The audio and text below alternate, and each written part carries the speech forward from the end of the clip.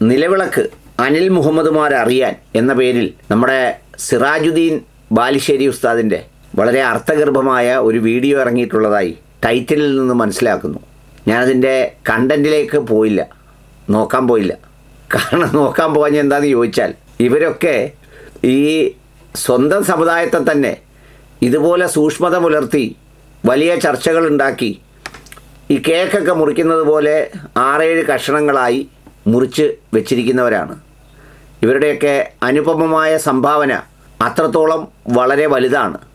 ഇനി ഇവർക്ക് ഈ സമൂഹത്തിൽ കൂടി ഇത്തരം ചില കാര്യങ്ങളുണ്ടാക്കി ഈ സമൂഹത്തെ കേക്ക് മുറിച്ചു വെക്കുന്നത് പോലെ ഒന്ന് മുറിച്ചു വെക്കേണ്ടത് അനിവാര്യമായ ഒരു ആഗ്രഹമായി അതിങ്ങനെ കൊണ്ടു നടക്കുന്ന ആളുകളാണ്. എന്നാൽ ഇവരുടെ തടിക്ക് പിടിക്കുന്നതോ ഇവർക്ക് ബുദ്ധിമുട്ടുണ്ടാവുന്നതോ ഇവർക്കെന്തെങ്കിലും പ്രയാസം വരുന്നതോ ആയ ഒരു വിഷയങ്ങളും ഇവർ കൈവെക്കുകയോ തൊടുകയോ അതിൽ ഇസ്ലാമിക വിധി പുറപ്പെടുവിക്കുകയോ ഒന്നും ചെയ്യാറില്ല എന്നതാണൊരു കാര്യം. മുസ്ലിം സമുദായം ഈ കൈയുള്ള ബനിയന് വിട്ട് നെരിയാണിക്ക് മുകളിൽ മുണ്ട് കെട്ടി ഒരു വലിയ പച്ച ബെൽറ്റൊക്കെ ഇടിയിച്ച ഒരു പരമ്പരാഗതമായ ചിത്രം സൃഷ്ടിച്ച് ഒരുപാട് മനുഷ്യരെ പള്ളിക്കൂടത്തിൽ പഠിപ്പിക്കാൻ വിടാതിരിക്കുകയും ഫോട്ടോ എടുപ്പിക്കാതിരിക്കുകയും വീഡിയോ കണ്ടാൽ ഒരു കാരണവശാലും കണ്ടുകൂടാ എന്ന് പറയുകയും ഒക്കെ ചെയ്ത് അവരെയൊക്കെ കുപ്പിയിലടച്ച് ആ കുപ്പിയൊക്കെ പൊട്ടിച്ച് ഈ സമുദായം ഒന്ന് പുറത്തേക്ക് വന്നുകൊണ്ടിരിക്കുമ്പോൾ ഇനി അതിനുള്ളിൽ നിന്ന് ഇത്തരം ചില സാധനങ്ങൾ പുറത്തെടുത്ത് അത് വലിയ ചർച്ചയുണ്ടാക്കി എന്ന് മാത്രമല്ല, ആ ഉണ്ടാക്കി ഒരു കലാപസമാനമായ സാഹചര്യങ്ങൾ ഉണ്ടാക്കിയതിന് ശേഷം ഇവരെല്ലാവരും മൗനം പാലിക്കുകയും പിന്നീട് ഇവരുടെ സുഖവാസ സ്ഥലങ്ങളിലേക്ക് മടങ്ങുകയും ചെയ്യുന്ന ഒരു ഏർപ്പാടാണ് ഇവരുടെ കയ്യിലുള്ളത്. നിലവിളക്ക് കത്തിക്കുന്നതുമായി ബന്ധപ്പെട്ട് ഇതിലെ നിയ്യത്തും അതിൻ്റെ സ്വാഭാവികമായ സംഗതികളെ സംബന്ധിച്ചുമൊക്കെ പൊന്മള ഉസ്താദിനെ പോലെയുള്ള പണ്ഡിതന്മാരൊക്കെ അഭിപ്രായം പറഞ്ഞ വീഡിയോ ക്ലിപ്പുകൾ നിങ്ങൾ കേട്ടിട്ടുണ്ടാവും. ഇല്ലെങ്കിൽ ഒരിക്കൽ കൂടി കേട്ടോളൂ. അടുത്തൊരു ചോദ്യം നിലവിളക്ക് സംബന്ധിച്ചാണ്. പൊതുവെ കേരളത്തിൽ ഹൈന്ദവാചാരത്തിന്റെ ഒരു പ്രതീകമായിട്ടാണ് നിലവിളക്കുകളെ കണക്കാക്കപ്പെടുന്നത്. എന്നാൽ പഴയകാലം മുതൽ മക്ബറകളിൽ നിലവിളക്ക് കണ്ടുവരുന്നുണ്ട്.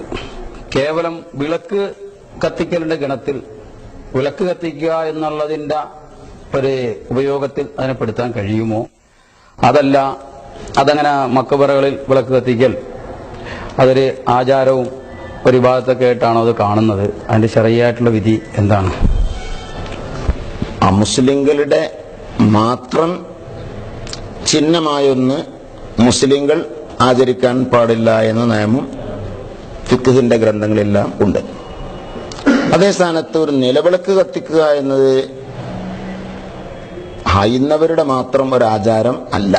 നിലവിളക്ക് കൊണ്ട് ഉദ്ദേശിക്കുന്നത് തട്ടുതട്ടായി അമ്പലങ്ങളിലും ക്ഷേത്രങ്ങളിലൊക്കെ കത്തിക്കുന്ന അതല്ല. അത് നമ്മളെ പള്ളിയിലൊന്നും ഉണ്ടാകാറുമില്ല, ജാറങ്ങളിലുമില്ല. അതേ സ്ഥാനത്ത് പാത്രത്തിൽ ഒരു കാലുവിളക്ക്, അതിന്റെ സൈഡ് ഭാഗം ഒരു പാത്രമായി നിൽക്കുന്നു, അതിൽ വെളിച്ചെണ്ണ ഒഴിച്ച് തിരിവെച്ച് കത്തിക്കുന്നു. ഈ സമ്പ്രദായം പണ്ട് കാലം മുതലേ എല്ലായിടത്തും വിളക്കിന് വേണ്ടി ഉപയോഗിക്കുന്നത് തന്നെ അതായിരുന്നു. മണ്ണെണ്ണ കിട്ടാത്തൊരു കാലഘട്ടത്തിൽ പ്രത്യേകിച്ചും മണ്ണെണ്ണ വിളക്ക് കത്തിക്കും പോലെ നമ്മള് വിളക്കിൽ എണ്ണൊഴിച്ച് അതിന് തിരിയിട്ട് കത്തിക്കാൻ ഈ സൗകര്യം ഈ വെളിച്ചെണ്ണ പോലത്തെ കത്തിക്കാൻ കിട്ടില്ല. കാരണം കുറച്ച് കട്ടി കൂടിയ വസ്തു. അതുകൊണ്ട് തന്നെ ഓപ്പണായി പാത്രങ്ങളിൽ തിരിവെച്ച് കത്തിക്കലാണ് പതിവ്. അപ്പൊ കണ്ണ് കാണുന്നതിന് വേണ്ടി കാലുവിളക്കായിട്ട്, ആ കാലുവിളക്കിനെ കുറിച്ചാണ് നിലവിളക്ക് എന്ന് പറയുന്നത്. ഇപ്പോ അത് അമ്പലത്തിൽ മാത്രമല്ല, അത് പള്ളികളിലും അതുപോലെ തന്നെ മക്ബറകളിലും വെളിച്ചം കാണാൻ ആവശ്യമായ സ്ഥലങ്ങളിലൊക്കെ അന്ന് ഉപയോഗിച്ച് വന്നിരുന്നത് തന്നെ അതാണ്. അതുകൊണ്ട് അതൊരു പ്രത്യേക വിഭാഗത്തിന്റെ ആചാരമല്ല. അപ്പൊ ആ വിളക്കാണ് ഇപ്പോ മക്ബറയിലും മറ്റൊക്കെ കത്തിക്കുന്നു, അതിന് കുഴപ്പവുമില്ല. ഇനി വിളക്കിന്റെ രൂപം ഏതായാലും അതല്ല വിഷയം. ഒരു വിളക്ക് കത്തിച്ചുകൊണ്ട് അവിടെ ഒരു പ്രത്യേക കുർബത്ത് നടത്തുക എന്നാണെങ്കിൽ അങ്ങനെ ഇസ്ലാമില്ല. അതാണ് ഹദീസിലൊക്കെ വൽ മുത്തഖിദീന അലൈഹ സുർജ എന്ന് പറയുന്നത്. കാരണം വിളക്ക് കത്തിച്ചുകൊണ്ട് അവിടെ ഒരു വഴിപാട് നടത്തുക, ഈ സമ്പ്രദായം തെറ്റാണ്, അത് അനിസ്ലാമികമാണ്. വെളിച്ചം കാണുന്ന ആവശ്യത്തിന് വേണ്ടി വിളക്ക് കത്തിക്കുമ്പോൾ ഈ ഉദ്ദേശത്തിൽ കത്തിക്കുന്ന നിലവക്കായാലും ശരി അല്ലാത്താലും ശരി അതൊരു കുഴപ്പവുമില്ല. അതേ സ്ഥാനത്ത് ഹൈന്ദവരുടെ മാത്രം ഷിആറായ അടയാളമായ തട്ട് വിളക്കുണ്ട്. അത് അവരുടെ അമ്പലങ്ങൾ മാത്രമേ ഉപയോഗിക്കാറുള്ളൂ. അത് നമ്മൾ ഉപയോഗിക്കുന്ന പ്രശ്നമില്ല. പള്ളികളിലോ അല്ലെങ്കിൽ നമ്മുടെ മക്ബറുകളിലോ പണ്ടും ഇന്നും അത് ഉപയോഗിക്കുന്നുമില്ല. ചിലർ കത്തിക്കും, ചിലർ കത്തിക്കാതിരിക്കും, ചിലർ ഒഴിഞ്ഞു മാറി നിൽക്കും, ചിലർ വേണ്ടാന്ന് വെക്കും, ഇത് ഉപയോഗിക്കാതിരിക്കും. ഇങ്ങനെയൊക്കെയുള്ള വ്യത്യസ്തമായ സംഗതികളൊക്കെ പല രീതിയിലും ഭാവത്തിലും രൂപത്തിലും ഒക്കെ നടന്നു പോകുന്നുണ്ട്. ഇവരുടെ മതകൽപ്പനകളൊക്കെ വരുന്നത് ഇതുപോലെയുള്ള വിഷയത്തിൽ. നമ്മൾ സാധാരണ പറയത്തില്ലേ, റോഡിൽ കൂടെ നടന്നു പോകുമ്പോൾ ചില കുട്ടികൾ കുളത്തിൽ കിടന്ന് കാലും കൈയിട്ടടിക്കുന്നത് കാണുമ്പോൾ ആ മുണ്ടും ഉടുപ്പും എല്ലാം ഉരിഞ്ഞു വെച്ചിട്ട് അതിലേക്ക് ചാടാൻ വെമ്പൽ കൊണ്ട് നിൽക്കുന്നവരെ പോലെയാണിവർ. ഇവർക്ക് വേറെ ചേർന്ന് പോകുന്നതിൻ്റെയോ ഒത്തുപോകുന്നതിൻ്റെയോ ഒരുമിച്ച് നിൽക്കുന്നതിൻ്റെയോ ഒന്നും ഒരു ന്യായവും ഇവരുടെ കയ്യിലില്ല. ഇവരുടെ കയ്യിലില്ലെന്ന് മാത്രമല്ല, ഇവരുടെ തടിക്ക് പിടിക്കുന്നതിലൊന്നും ഇവർ തൊടാറുമില്ല.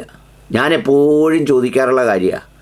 ഇപ്പം ഇതുപോലെ തന്നെ ഇവരുടെ അഭിപ്രായത്തിൽ വലിയ ഖബറാരാധനയുടെ ഭാഗമാണ് മരണപ്പെട്ട് കിടക്കുന്നവരുടെ ആ ഖബറിൻ്റെ അടുത്തിരുന്ന് ഖുർആൻ ഒച്ചത്തിൽ ഓതുക എന്നൊക്കെ പറയുന്നത് ഒരിക്കലും വേണ്ടാത്തൊരു കാര്യമാണ്.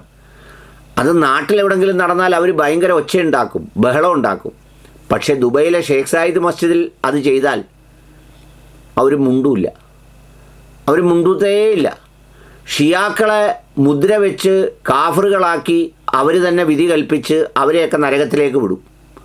എന്നാൽ ഹജ്ജിന് സൗദി ഗവൺമെൻറ് അനുവദിച്ചാൽ ഒരു മുണ്ടത്തില്ല. ഇവർക്ക് തർക്കമില്ല, പിന്നെ ഒരു മുണ്ടാട്ടവും ഇല്ല. ദുബായിൽ വലിയ ക്ഷേത്രം സ്ഥലം കൊടുത്ത് പണിത് എല്ലാ ഉസൂലുകളും പാലിച്ച് അവിടെ പൂജാതി കർമ്മങ്ങൾ തുടങ്ങിയാൽ ഇവർ മുണ്ടില്ല.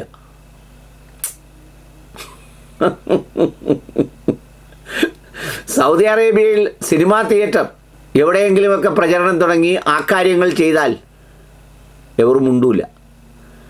ഇവർക്കാകെ ഒറ്റ കാര്യത്തിലേ നിർബന്ധമുള്ളൂ, ഈ നാട്ടിൽ മനുഷ്യർ സന്തോഷത്തോടെയും സ്നേഹത്തോടെയും ജീവിക്കരുത്. അതിവർക്ക് നിർബന്ധ ബുദ്ധിയാണ്. സമുദായത്തിനകത്ത് ഇവർ വിജയിച്ചു അക്കാര്യത്തിൽ. ഇവരുടെ ഒരു സ്വാധീനവും നടക്കാത്തത് കള്ളൂടിയന്മാരുടെ ഇടയിൽ മാത്രമേ ഉള്ളൂ. ഒന്ന് ആലോചിച്ച് നോക്കൂ. കുടിക്കുന്നവർ, അതിന് ഞാൻ അനുകൂലിക്കുകയല്ല, ഇനിയിപ്പോൾ അടുത്ത വീഡിയോ ഇറങ്ങും അനിൽ മുഹമ്മദ് കുടിക്കുന്നവരുടെ മഹത്വം പറയുമ്പോൾ. എന്ന് പറഞ്ഞാൽ കുടിക്കുന്നവരെ ഇവർക്ക് തൊടാൻ പറ്റിയിട്ടില്ല. പക്ഷേ ഇവർ ഈമാൻ കൊണ്ട് ഈ സമുദായത്തെ അഞ്ചാറായിട്ട് കേക്ക് മുറിക്കുന്ന പോലെ മുറിച്ചു വച്ചിട്ടുണ്ട്. അതിനൊരു ഉദാഹരണമായി പറയുന്ന ഹദീസ് 72 കഷണങ്ങളായി പിരിയുന്ന പ്രവാചകൻ്റെ ഹദീസിൻ്റെ സാധുതയാണ്. അങ്ങനെ പിരിയല്ലേടാ കാലന്മാരെ എന്നാണ് ആ പറഞ്ഞതെങ്കിലും അതല്ല അവരെടുക്കുന്നത്. പ്രവാചകൻ സ്വർഗവും നരകവും കാണിച്ചപ്പോൾ നരകത്തിൽ ഒരുപാട് സ്ത്രീകളെ കണ്ടു എന്ന് പറയുന്ന ഒരു സംഗതിയുണ്ട്. എന്നാൽ ആ സുന്നത്ത് പുലരാൻ വേണ്ടിയാണ് ഞങ്ങൾ പല പ്രവർത്തികളും ചെയ്യുന്നതെന്ന് പെണ്ണുങ്ങൾ പറഞ്ഞാൽ ഇവർ അംഗീകരിക്കില്ല. പക്ഷേ ഇവർ സംഘടന ഉണ്ടാക്കുമ്പോൾ ആ ഹദീസ് സാധൂകരിക്കപ്പെടുന്നതിൽ ഇവർ സന്തുഷ്ടി രേഖപ്പെടുത്തും. പിന്നൊരു കാര്യം കൂടിയുണ്ട്. ഈ സമുദായത്തെ, ഈ സമൂഹത്തിനിടയിൽ ഇത്രയും വികൃതമായി മാറ്റുന്നതിൽ ഇവർ വഹിച്ച പങ്ക് ഭയങ്കരമാണ്.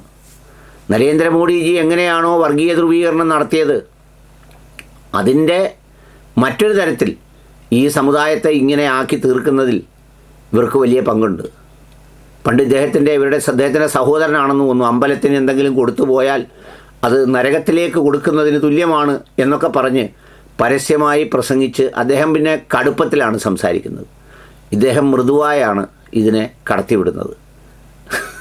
പിന്നെ ഇതിനകത്ത് വെച്ചിരിക്കുന്ന ദൈവങ്ങളുടെ കാര്യം ഞാനിന്നൊരു 4-5 സുഹൃത്തുക്കളോട് ചോദിച്ചു, എൻ്റെ ഹൈന്ദവ മതവിശ്വാസികളായ സുഹൃത്തുക്കളോട്. അവരൊക്കെ തിരിച്ചു പറഞ്ഞ മറുപടി എന്തുവാണെന്നറിയാം? എന്ത് ആ വെച്ചേക്കുന്നത് ആർക്കറിയാം, എന്തുവാടാ ഇത്, പണ്ട് പോലെ വീട്ടിൽ കത്തിക്കും, ഇത് കത്തിച്ചു പോകുന്നു, ഇതെന്തോ അറിയാമെന്ന് പറഞ്ഞത്. എന്നാൽ ഇവരിതിനകത്ത് ഗവേഷണം നടത്തി ഇതിൻ്റെ മാസ്മരിക, കാൽപ്പനിക, പിന്നെ അല്ലാത്ത ഇതൊക്കെ ഇവർ കൈകാര്യം ചെയ്യും. ഇവർ മ്യൂസിക്കിനെതിരാണ്. പക്ഷേ മൊബൈൽ ഫോണിൽ മ്യൂസിക് വരുന്നതുകൊണ്ട് ഇവർക്ക് കുഴപ്പമില്ല. ഇവർ മ്യൂസിക്കിനെതിരാണ്, പക്ഷേ കാറിൽ ഹോണടിക്കുന്ന മ്യൂസിക്കിനോട് ഇവർക്ക് വിരോധമില്ല. ഇങ്ങനെയുള്ള ഒരുപാട് സവിശേഷതകളുണ്ട്. അതുകൊണ്ട് എൻ്റെ പൊന്ന് സിറാജുദ്ദീൻ ബാലുശ്ശേരി ഉസ്താദെ, ഈ ആളുകൾ സന്തോഷത്തോടെ പള്ളിയിലുമൊക്കെ പോയി നിസ്കരിച്ച്, ഇവർക്കിതിനകത്ത് ഷിർക്കും കുഫറും ഒന്നുമില്ല. ഷിർക്കും കുഫറും ഒക്കെ എന്നൊക്കെ പറയുന്നത് നിങ്ങളെപ്പോലുള്ള ആളുകളാണ് പല കാര്യത്തിലും ഈ പങ്ക് ചേർക്കുന്നതും പലതും കണ്ട് പേടിക്കുന്നതും അള്ളാഹുവിന് പകരം കാശുള്ളവനെ കാണുന്നതും അധികാരമുള്ളവനെ കാണുന്നതും അവൻ്റെ മുന്നിലൊക്കെ വളയുന്നതും നാവ് അടക്കി വെക്കുന്നതും നാവ് പൊക്കുന്നതും ഒക്കെ. സാധാരണക്കാരന് ഇതൊന്നുമില്ല. അവനിപ്പോൾ ബാങ്ക് വിളിക്കുമ്പോൾ അങ്ങോട്ട് കയറി നിസ്കരിക്കും, ഇങ്ങോട്ട് വന്ന് വിളക്ക് കൊളുത്തണമെന്ന് പറയുമ്പോൾ എന്നാൽ നിൻ്റെ സന്തോഷം ഇതാന്നേ കൊളുത്തിക്കോ എന്ന് പറഞ്ഞ് കൊളുത്തി അങ്ങ് പിരിയും. ഇങ്ങനെ കുറേ ന്യായങ്ങൾ ഇവരയിലുണ്ട്. ഈ പെരുന്നാളിൻ്റെ തലേന്നാണല്ലോ അറഫ പ്രസംഗത്തിൽ പ്രവാചകൻ മനുഷ്യ സമൂഹമേ എന്ന് വിളിച്ച അറഫ പ്രസംഗത്തിൽ പറഞ്ഞത് മൊത്തം. എന്നാലും ഇവർ പലരും വ്യാഖ്യാനിക്കുമ്പോൾ, അദ്ദേഹം പറഞ്ഞതൊന്നും ഞാൻ കേട്ടില്ല, പലയിടത്തും പറഞ്ഞു, പല ഉസ്താദന്മാരും ഒക്കെ പറയുന്നത് കേട്ടു, ഇറച്ചി കൊടുക്കുമ്പം കാഫിരീങ്ങൾക്ക് കൊടുക്കരുത്, അല്ലാത്തവർക്കേ കഴിക്കാവൂ. ഈ സത്യനിഷേധികൾ എന്നാണ് അതിൻ്റെ അർത്ഥം എന്നാണ് പറയുന്നത്. എന്ന് പറഞ്ഞാൽ സത്യം അറിഞ്ഞിട്ട് നിഷേധിക്കുന്നവർ, അതിനെ കച്ചവടത്തിന് വെക്കുന്നവർ, ആ സത്യത്തിൻ്റെ വഴി തന്നെ ഉപയോഗിച്ച് ഭിന്നിപ്പിക്കുന്നവർ. അപ്പോൾ ആർക്കാണ് ഇത് കൊടുത്തുകൂടാത്തത്? ഞാനങ്ങനെ കണക്ക് കൂട്ടുമ്പം മറ്റിതര സമുദായക്കാർക്കാണ് ഇത് ഏറ്റവും കൂടുതൽ കൊടുക്കാൻ യോഗ്യർ. കാരണം അവർ സത്യം അറിയാതാണല്ലോ ഇതൊക്കെ ചെയ്യുന്നത്, നമ്മൾ സത്യം അറിഞ്ഞിട്ടാണല്ലോ. കഷ്ടം തന്നെ മുതലാളി, കഷ്ടം.